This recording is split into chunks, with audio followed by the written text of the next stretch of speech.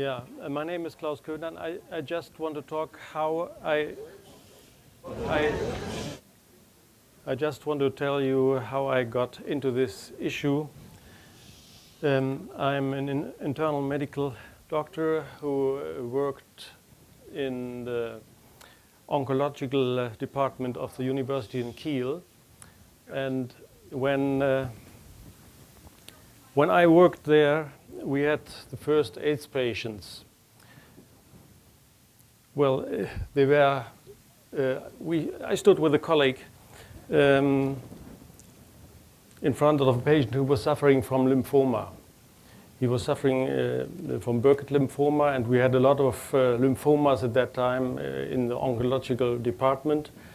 And the next day, I was told this guy with a lymphoma has got AIDS. And I asked, how comes he got AIDS now? Yesterday he was suffering from lymphoma. And then they told me, well, he's got a positive HIV test.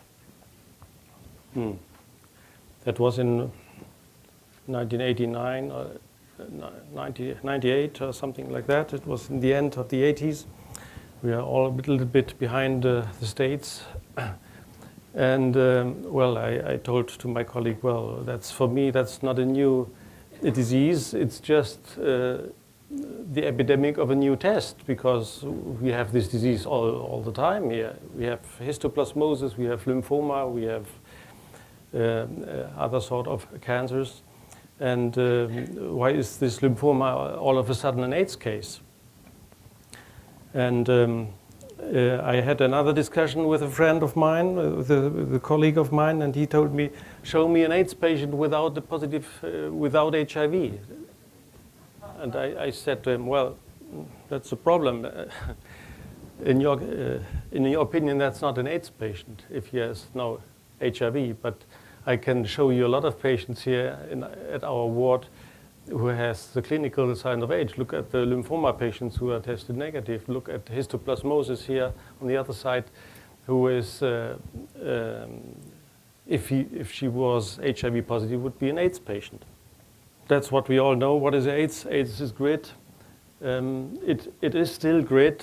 If you look at the epidemiology, we still have the AIDS problem in the gay population.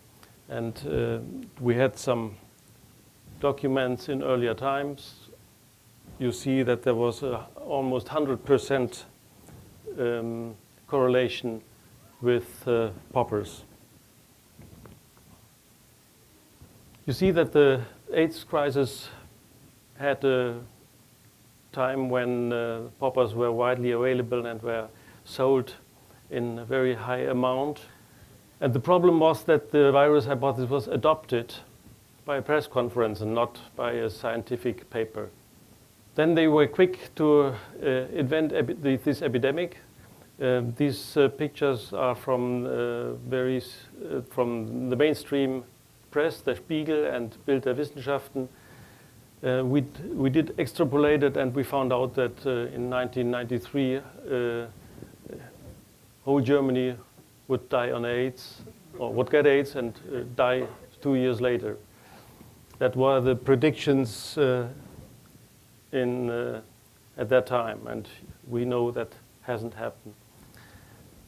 That's the problem which most of the doctors have, the correlation argument. You get a 100% correlation. That was the talk which I had with my colleague, that I couldn't show him an AIDS patient without an HIV test. And with that, you can really invent epidemics. You just need a new antibody test. For example, now with the swine flu, you don't even need a new disease. You just need a new antibody test and spread it to the population. And then they say, well, yet now you've got a new flu, and it's not anymore the old flu. And I made some skeptical thoughts about creating epidemics. You can take a disease whose cause is unknown, like overweight, for instance, because if you ask the patient it's possible that it comes from too much eating. He always say, no, no, no, no, that's impossible. If you knew what I eat, it's just like that. So you could say, well, maybe it's an infectious issue, and if you're going to isolate from the fat tissue a virus, make an antibody test against it, and distribute it to the population, then you will find some people who react positive to this antibody and are still thin. Then you need the incubation period. Can say, yeah, you are thin now, but wait for 10 years, then you will be fat. And to prevent that, we'll give you antiviral drugs today. So that keeps you thin, indeed. Yeah, what happened to the AIDS crisis? The problem was that the licensing study was terminated too early. That was the reason for the big disaster in the 80s. You know this study, ACT, 1,500 milligrams ACT were studied with a placebo group, and after 4 months, the verum group seemed to do better than the placebo group. But if you looked at the side effects, they showed already the imminent bone marrow suppression. But they closed the study because the pressure of the patients was very high, and also the pharmaceutical industry was interested in getting a new drug. So after 4 months, the placebo control was closed. And after that time, the mortality rose tremendously. The next, please. Is that the official study? Yeah, that was the official study. And the mortality rose tremendously, but we had no more control.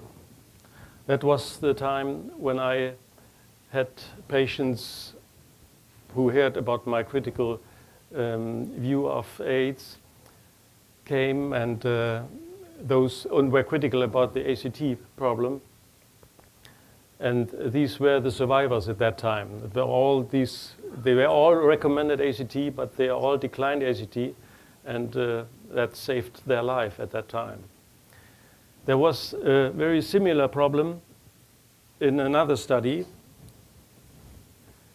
but this was very obvious that there was something wrong. They investigated hepatitis B here, and after a few months, the patients got really sick. They had severe mitochondrial damage, which led to lactacidosis and liver failure, and that was not usual in hepatitis B patients. That's why the doctors noticed that there was something seriously wrong. In the case of AIDS and ACT, doctors thought, well, these poor guys have to die. They die in spite of ACT. That's what the doctors at that time thought. They didn't get it, or they got it very, very late, that indeed ACT was the cause of the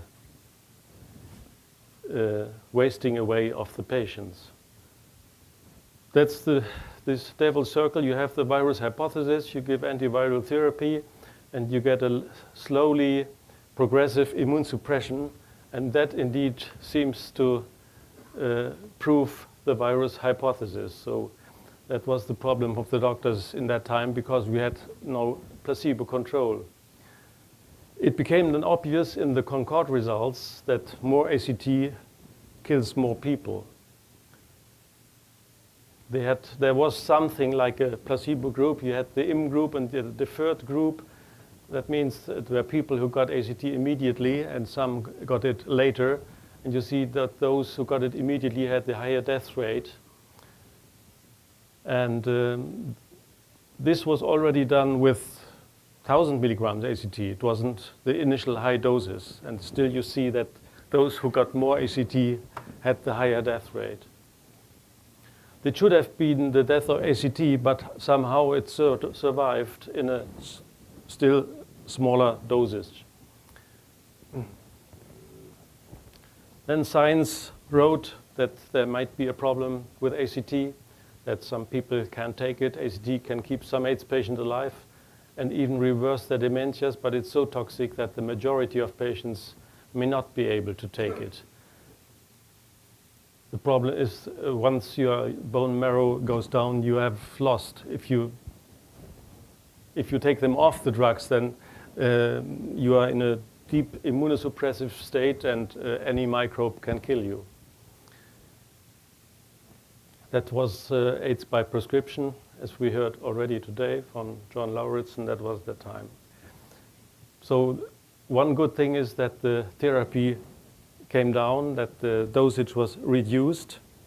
And this is the study which closed the discussion, I would say. It closed the discussion with us and the orthodoxy, because here you see the mortality of the hemophiliacs.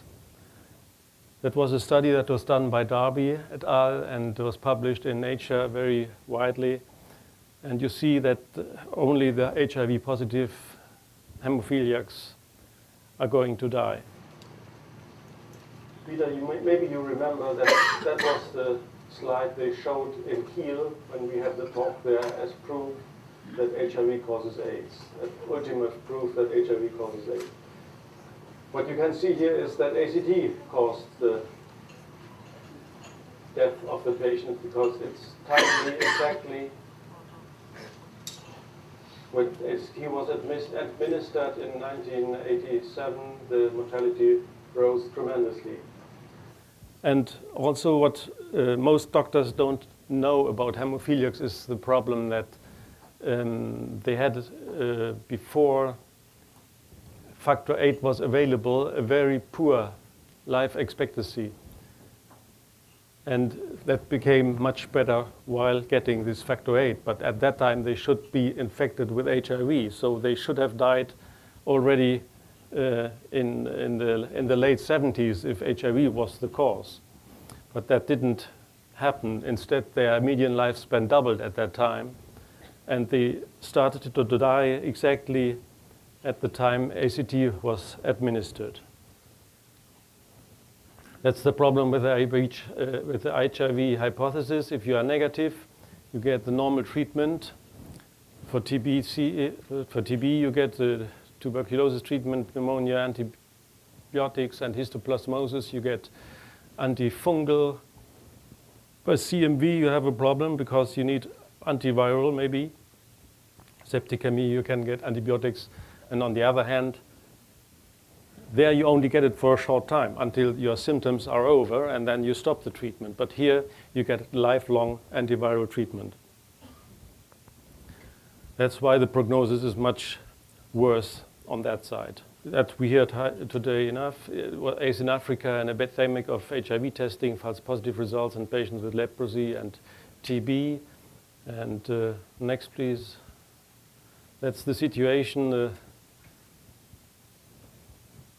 The bad situation that now healthy children get toxic drugs in the beginning of their lives.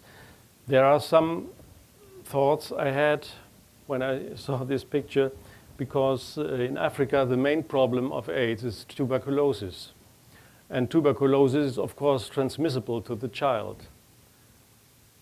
That's probably the reason why the orthodoxy thinks that it's better to treat children, because they have sometimes maybe an effect that children don't get TB if they get these chemicals. But it would be much better if they would take the antibiotic treatment and not this cytotoxic treatment. But also the cytotoxic treatment can kill TB, but on a very high price, that you just at the same time damage the immune system. But that's, I always try to understand a bit the orthodoxy, because I'm myself, I'm an orthodox doctor. So that's why I think they think also that AIDS is transmissible, because TB is transmissible, and TB in Africa is the AIDS-defining disease. That's why they are so sure that they are right. Yeah, you had that already, the hemophiliacs infection around that time, and the lifespan doubles in 1985, and a sharp increase of mortality was exactly at the year when ACT, or the year after ACT. Yeah, that's the other hypothesis, that drugs and foreign proteins and ACT causes AIDS. The foreign proteins are in the factor VIII preparations. That means hemophiliacs indeed have a immunosuppressive risk, because in order to survive, they are dependent on foreign proteins. So they have more opportunistic problems than other people, but they still have almost a normal lifespan now. We used foreign proteins in treating autoimmune diseases, so it has indeed immunosuppressive reaction. Yeah, an old guard urges virologists to go back to basics. It was in science. Thanks to techniques like PCR and sequencing, diagnostic labs can perform high sensitivity tests of a battery of viruses in a matter of hours. But by comparing viral genomes, researchers can even construct complete phylogenetic trees. Although this is terrific, a string of DNA letters in a data bank tells little or nothing about how a virus multiplies or how it makes people sick. And nowadays, we get more and more new viruses. There is a similar epidemic, like the AIDS epidemic, that is the hepatitis C epidemic. I don't know whether some of you know the origin of that. We have A, we have B, and we had a post-transfusion hepatitis where researchers thought there could be another infectious agent. And they made they tried to find out. They took blood from a patient with a post-transfusion hepatitis and put it into chimpanzees, and had one control in another room. That was the control. So they had 5 chimpanzees injected with blood, and the control was not injected with blood. It was just kept in another room. And well, they found nothing in these infected chimpanzees, but they found a little string of RNA, and they built an antibody against it. That was the hepatitis C antibody, and this antibody now, they spread to the population, and quite a lot of people react positive to this antibody, HCV, and they are told now, well, you have a problem. You have it not now, but you have it probably in the next 30 years. And that you don't get in 30 years in liver problems, it should be good for you to take antivirals today already. That's what a colleague of mine found in hepatitis C negative individuals. That was a colleague in Lübeck, Denin. He found this virus-specific DNA sequence in human DNA in healthy HCV negative individuals. That means it's possible that these sequences are in the human genome. And if you look at the clinical outcomes after a hepatitis C infection, then you find that there is, in fact, nothing. They come out from 62,000 women. They found 7 cirrhosis. That it's even less than you would expect in the normal population. And confronted with this, they told me, well, maybe they drank less alcohol because they knew they were infected.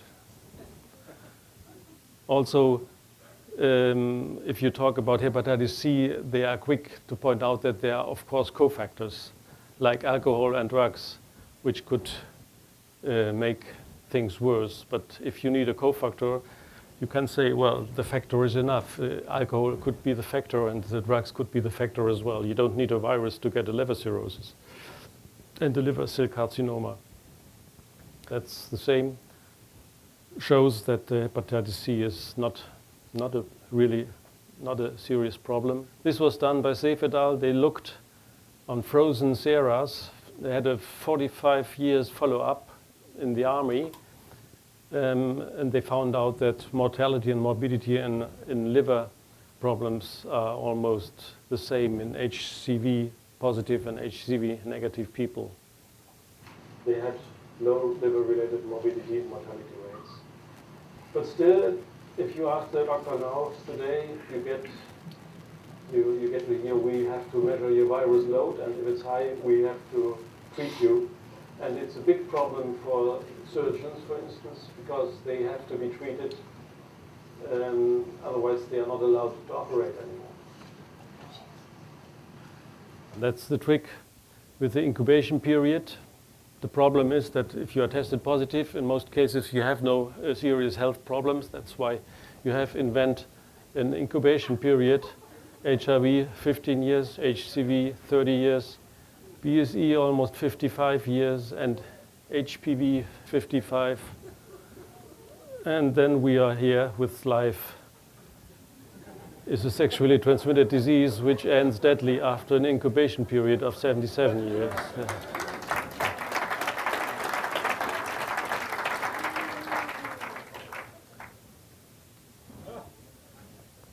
Yeah, I think we have to mention Charlton Gajdusek because he was the one who invented this chapter of slow viruses. And maybe you remember all the trials he did in the Papua New Guinea when he got this dementia kuru-kuru, and he thought it was transmissible via cannibalism. To prove that, he fed some chimpanzees with a supposedly infected brain, but that didn't irritate them. And then he injected them the brain, but still that didn't irritate them. And then he made a bizarre experiment. He drew small holes in the head of the animals and put the supposedly infected brain in. And all of a sudden, the animals got sick. And at that moment, he thought he had a transmissible disease. But it was, in fact, an experimental allergic reaction to these foreign proteins, which make the ape sick. But this kuru-kuru should have a consequence. You all remember the BSE panic. I just want to show that, the inconsistencies of epidemiology with BSE and new variant of Creutzfeldt-Jakob disease. I found these two things, one in the Lancet and one, these two pictures, one in the Lancet and one in Nature. And both, one showed the incidence of non-variant of Creutzfeldt-Jakob disease, the other one showed the incidence of BSE. And you see there's directly a non-correlation. That would really disprove that there was a correlation, but obviously nobody saw it, and I sent it to a journal and asked them just to show that without any words. But they wouldn't like to show the picture, so I had to write a letter, and they published it. But that would have been much nicer, I think, because you see it with one glance. So, but back to AIDS. Why was this medical disaster, the ACT problem, not visible in time? I would just try to explain you that why the doctors didn't notice it. The doctor had no clinical experience with HIV or with AIDS patients in Germany, at least in our clinic. We just heard from America that there have been some AIDS patients who are really who were dying in their 30s, and that's why they didn't know what was going on. In treating them with ACT, the patients behaved as expected. They wasted away. The symptoms of progressive AIDS intoxication were almost indistinguishable from progressing AIDS at that time. The next, please. And this is, I think, the central question. Why is the medical establishment so sure that they are right? They are so sure that they don't even have to come to the spectator, and that they don't have to discuss this problem. You have, when you treat an AIDS patient, you have two situations. The patient is healthy, then his viral load is going measured and the CDC are measured, or the patient is sick and he gets antivirals and the CD4 cells goes up and the viral load goes down. And the patient is, in most cases, clinically improving. So they ask, where's the question? The CD4, the surrogate marker behaved as expected, and the patient is clinically improving. So they really ask you, where is the question? The explanation is that the viral load goes down if you give a cytotoxic treatment. It's an unspecific reaction. And today, you can find any microbe with PCR. The problem is, if you find CMV and herpes and HIV and HCV nowadays, you get a treatment for every microbe. I had a patient seen in Italy who was treated for lymphoma. He got also against herpes, which is another nucleoside analog, and he got treatment against CMV. He got treatment against HCV. It was an unbelievable amount of chemical insults, and it didn't last very long. He was dead within 2 months. He was actually suffering from a lymphoma. That's another question. Is a low CD4 count exclusively seen in an HIV infection? The problem is it's only measured in HIV infection. Nobody measures it if you're not HIV infected. That's why the correlation is quite good. But if you measure it in HIV negative patients, you sometimes find the same CD4 problems which you find in HIV positive patients. You see it, for instance, in CMV infection, and you see it in sarcoidosis, for instance, is another disease which does exactly what HIV is said to do. It has a low CD4 count, a high CD8, and you have infiltrates in the lung, and if you give a cytotoxic treatment, people improve. So there are maybe quite a lot of AIDS diseases, sarcoidosis, and that's why they improve when you give a cytotoxic treatment. There are some diseases which react good to the cytotoxic treatment. You know, autoimmune diseases we treat with cortisone, not with very much success, but we do it, and the patients get better. Lupus, Wegener's disease, all the chronic bowel disease get better if you give cytotoxic treatment. Polymyalgia gets better. Mycobacterium infections or sarcoidosis gets better. Lymphomas, protozoan disease, a number of parasites induce strong suppressor mechanism, including T suppressor cells, which eliminate the host's effective immune responses. So some protozoan disease itself make immune suppression, which is a big problem in Africa probably. And also those protozoan disease you can hit with antiviral drugs, of course, but it would be much better to treat these protozoan disease with proven drugs, which selectively kill the protozoas and not so much of the cells of the host. Also, malaria and leishmaniasis will have problems with antiviral drugs, but still it's much better to treat malaria with proven drugs and toxoplasmosis as well. But I have cases with toxoplasmosis in gay men. They improved under antiviral drugs, and the toxoplasmosis went. So for the orthodox doctors, that's proof that antiviral therapy helps. But you cannot get toxoplasmosis therapy as a single therapy if you're HIV positive nowadays. You always get antiviral drugs. The shorter history of antiviral treatment, the only good thing is that it's getting less and less. That's why people living longer and longer. And since 2000, we do a lot of treatment interruptions. Patients himself do a lot of treatment interruptions. And that's why the survival time gets better and better. Next. Yeah, that's what I told a colleague of mine. Why don't we have a placebo control? But the medical establishment claims there are abundant placebo controls. But that's not a real placebo control. It's one drug regime is tested against another one, plus placebo, but not compared to nothing, because this would be official unethical. And when I told it to a friend, he whispered to his neighbor, he means against nothing. I said, yes, I mean against nothing, because he told me, oh, there are so many placebo-controlled trials. Next, please. Yeah, I would close my talk with Gallo's claim, remove HIV and there is no more AIDS. Remove HIV from the blood supply and there is no more AIDS from blood transfusion.